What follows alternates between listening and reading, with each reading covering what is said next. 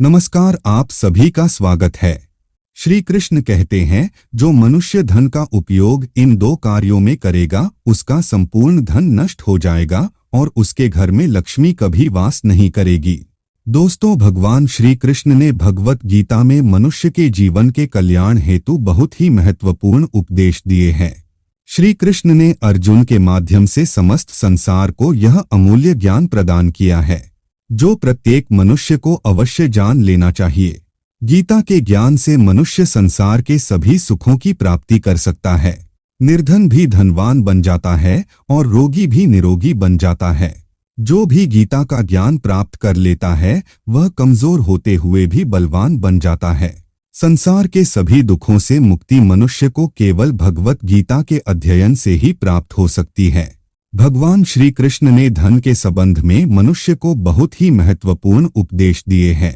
धन का उपयोग और दुरुपयोग कैसे किया जाता है, धन के सदुपयोग से मनुष्य को कौन से फलों की प्राप्ति होती है और धन का दुरुपयोग करने पर मनुष्य को किन परेशानियों का सामना करना पड़ता है। श्री कृष्ण कहते हैं कि मनुष्य को न्याय के मार्ग पर चलकर धन को प्राप्त करने की छूट है और वह इस धन का उपभोग स्वयं भी कर सकता है, किंतु अन्याय के मार्ग पर चलकर धन प्राप्त करने वाले मनुष्य को घोर विपत्ति का ही सामना करना पड़ता है। अन्याय से प्राप्त किया हुआ धन कभी सुख प्रदान नहीं करता है। चोरी किया हुआ अथवा दूसरों का छीना हुआ धन हमेशा बर्बादी और दुख ही लेकर आता है। श्री कृष्ण के अनुसार कलयुग में सबसे अधिक बुरे काम केवल धन के लिए ही किए जाएंगे। धन ही सभी पाप कर्मों का मूल होगा। धन ही मनुष्य के विनाश का कारण बनेगा। यदि धन का सदुपयोग न किया गया तो ये बड़े ही अनर्थ का कारण बन सकता है। कलयुग में मनुष्य को ईश्वर की भक्ति से नहीं बल्कि धन से ही सुख की प्राप्ति होगी।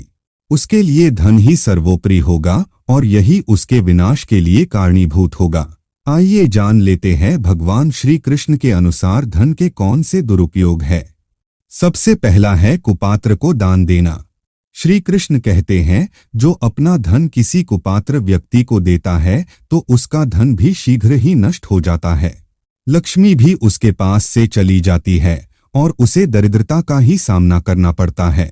अर्थात मनुष्य को अपना धन कभी ऐसे व्यक्ति को नहीं देना चाहिए जो उस धन के लायक ना हो अथवा जो उस धन का सदुपयोग न करता हो।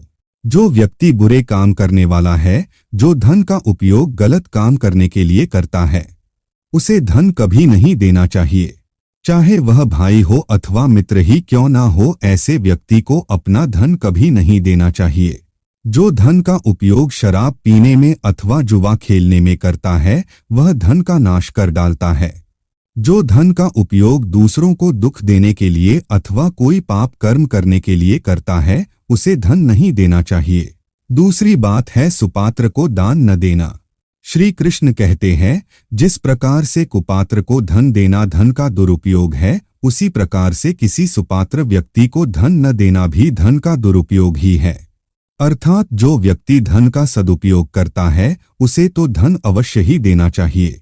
जो धन का उपयोग धार्मिक कार्य करने में करता है अथवा धन से गरीब तथा दुखी लोगों की सहायता करता है, ऐसे व्यक्ति को धन का दान अवश्य देना चाहिए।